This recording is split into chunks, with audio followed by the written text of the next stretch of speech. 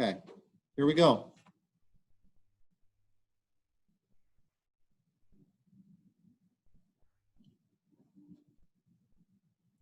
All right, we're back. Okay, so all of these different versions of congruence he actually showed by using constructions with compass and straight edge. Now there's one on here, or there's not one listed on here where you have two sides and an angle outside of those two sides, SSA. That is not a type of congruence. Okay, I'll let you go to Chuck's and kind of think about that. Think about why it is if I have two sides and then there's like a third side with some angle outside of those two sides, why it is that you don't get a single triangle. That's a good exercise to think through. Okay, those versions of congruence actually hold without reference to any kind of triangle sum proposition at all. Okay, they're just true. They don't use the parallel postulate either. And that's important, okay, as we've been discussing. He tried to avoid that as long as possible. And he tried to avoid it in future applications whenever possible. But then there are times where he gets literally obsessed with the parallel postulate and just uses it over and over and over again. But I think it's because he couldn't think of another way to prove something. Okay? Let's talk about parallelism a little bit. So parallel lines produce equal alternate angles. That was the first time he used the parallel postulate. Book 1, proposition 29. Angles of a triangle sum to two right angles. Book 1, proposition 32. That also relies on the parallel postulate. Area of a triangle is half the area of a parallelogram with same base and height. Okay? Book 1, proposition 41. How you construct a square on a line segment. Hey, we did that last time. Remember that? We were obsessed with quadrature. The Greeks were obsessed with quadrature for a number of centuries. And construction of a square on a line segment was part and parcel of that. You guys ready for the proof? Let's do it. Okay, so here's the big one, the Pythagorean theorem. And by the way, Pythagoras is a character in his own right. The book talks about this a little bit. I mean, he almost had a cultish following. Okay? In particular, he had this group of cronies that followed him around. They were interested in it was almost like a commune or something. It was like a mathematical commune, okay? He had this idea that that something was beautiful about things that happen to be expressible as ratios of integers, okay? Because it was connected to constructibility, something that we've been talking about with compass and straight edge. It turns out that if you know something is a ratio of two integers, it will always be constructible. Okay? And Pythagoras discovered pretty early on that there were numbers or distances that were not expressible as a ratio of two integers.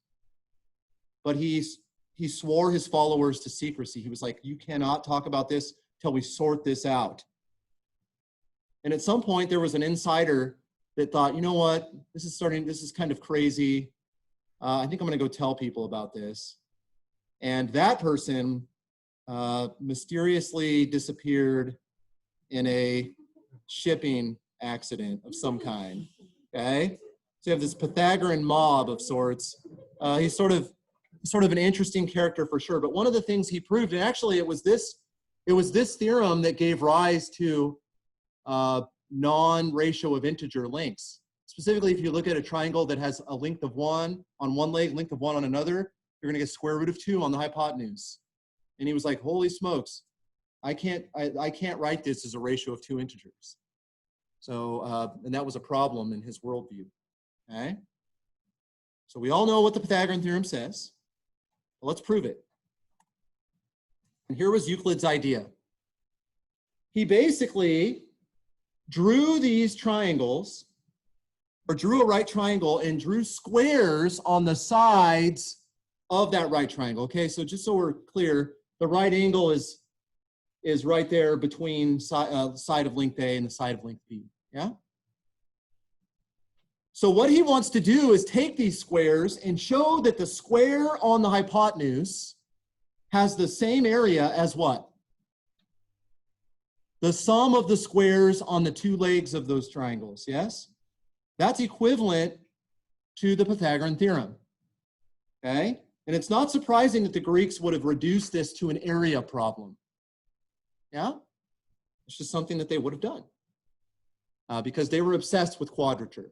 In fact, didn't we kind of draw a picture like this when we talked about Hippocrates? When we were talking about combining squares. Remember that? Yeah? And in fact, Hippocrates' quadrature of lune relied on the Pythagorean theorem. And there's a lot of speculation that it was Hippocrates' quadrature of the lune that gave Euclid the idea for this proof. But this proof that we're about to look at pretty clearly comes from Euclid. Okay? Here's the idea. First thing you do is you kind of flip this picture upside down. You have the hypotenuse kind of facing downward. That way it looks like a cool kind of, you know, disproportionate windmill of some kind, okay? And he drops a perpendicular from that point A down to, drops a perpendicular down to that side down there. Now, that's going to make a right angle down there. And do you see that that's going to kind of automatically split up that big square into two rectangles? Yeah? And here's what Euclid is going to show. He's going to show that that blue rectangle has the same area as the blue square.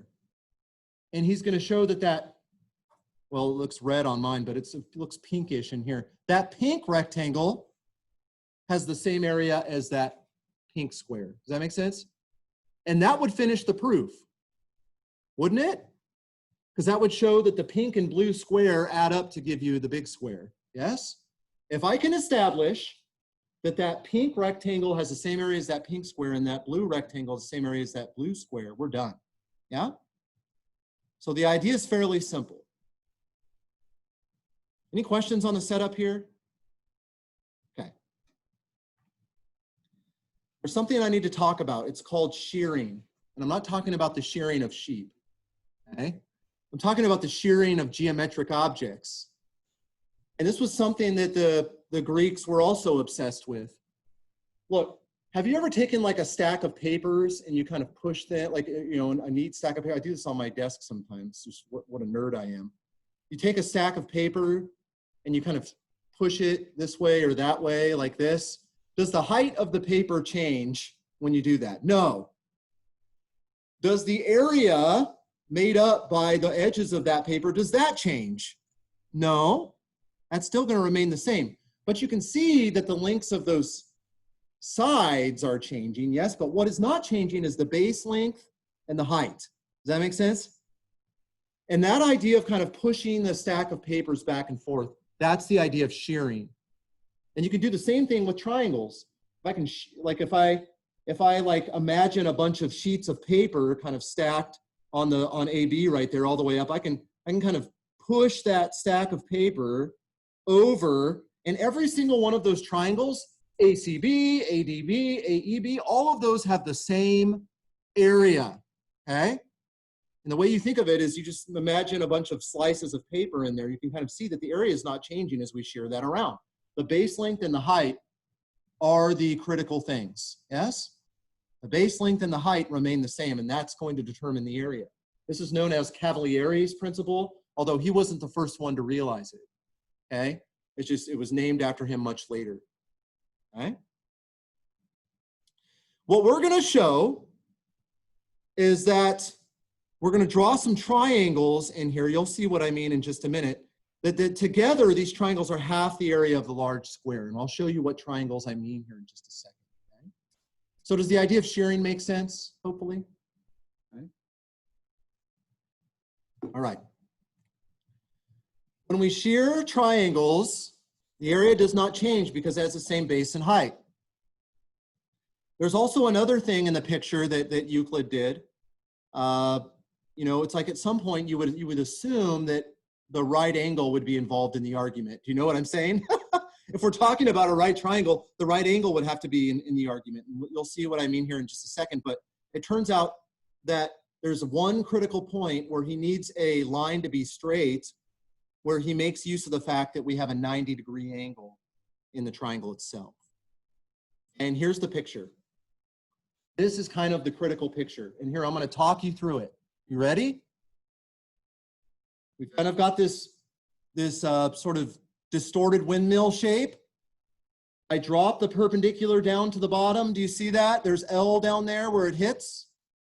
I want to show that AGFB, that square, has the same area as KBDL, that rectangle. Does that make sense?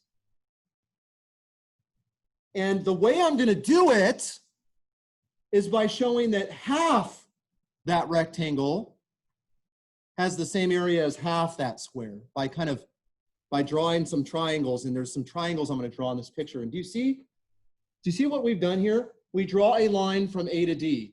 Do you see it? And there's a little triangle ABD. See the triangle ABD? Here, I'm going to kind of annotate in here a little bit.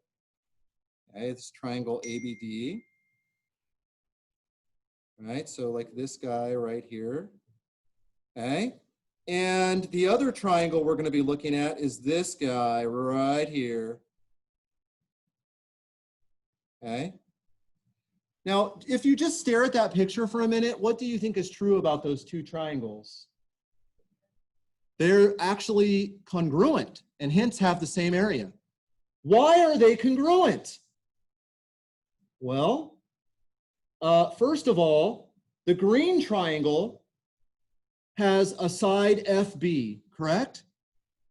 You see that? And the red triangle has a side AB, but what's true about FB and AB since they're sides of a square? They're the same. So FB and AB are the same length. Make sense? Okay. All right, let's look at the other leg, BD and BC. Okay, BD is one of the legs of the red triangle, and BC is one of the legs of the green triangle. But those are both sides of the same square, and hence they're the same. So we have two sides so far, and then what Euclid did is he's like, oh, look, the green triangle, the angle between those two sides is made up of a right angle. Look at this. I'm looking at this right here, okay? It's made up of this right angle. Okay, let me use some blue here. It's made up of this right angle and this angle right here. Do you see that? But what do you notice about the red triangle? It's the same angle in this right angle. Do you see that? Therefore, what can you conclude about this angle? Let me kind of use a different color here. About this angle in that triangle and this angle in this other triangle. What's true about that angle? They're equal because they consist of a right angle and an angle that they share. Therefore, these two triangles are congruent by which type of congruence? Side, angle, side. Okay? So those two triangles are congruent by SAS. Okay? But why does that help? Well, it helps because the green triangle is exactly half the area of the square. Why? It's exactly half the area of the upper left pink square. Why? Why is the green triangle exactly half that square? Well, it has base length that's one side of that square, yes? And what's the height of that thing? The height is also the length of the side of the square, yes? You see that triangle has been sheared over like that? And this is where Euclid had to use the fact that this was a right angle. Okay, this is a right angle right here. This is a right angle right here. So this is a right angle so that this right here is a straight line. Does that make sense? So that means we've simply slid that triangle, we've sheared that green triangle over along a straight line, and therefore that triangle has exactly half the area of that upper left pink square. Yeah? Please ask questions about that.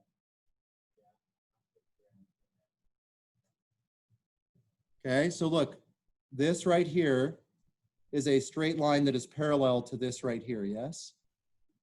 So what is the height of the green triangle? Isn't the height of the green triangle just this? It's the same as that. Does that make sense? Yeah?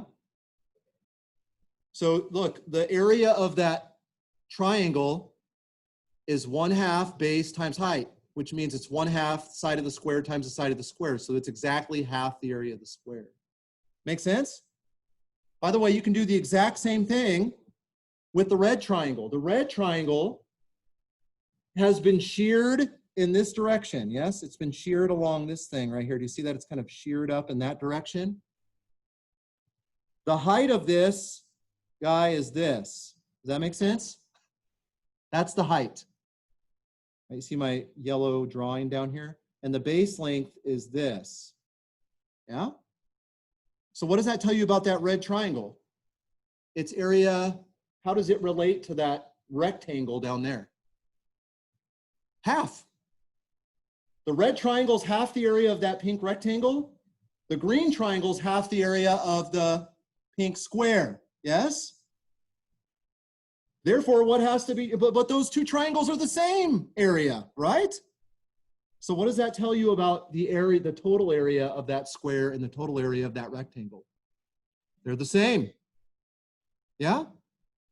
It's just a simple shearing argument. Look, if you go over to Chuck's and you kind of think about this picture for a while, I'm telling you it will make sense. Yes.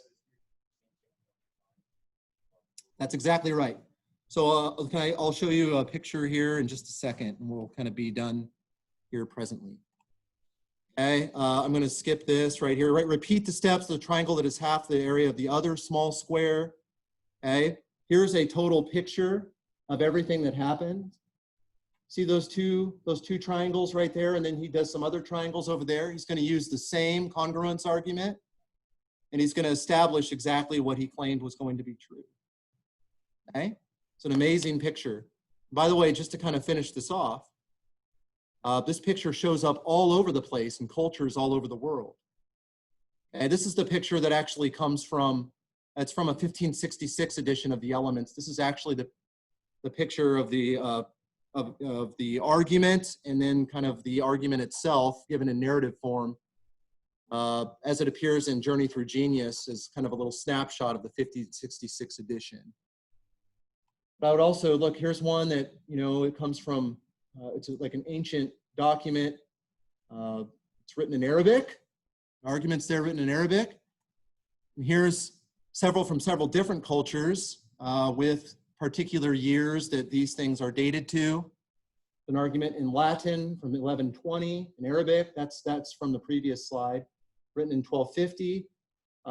That picture right there, from 800, okay, it's written in Greek.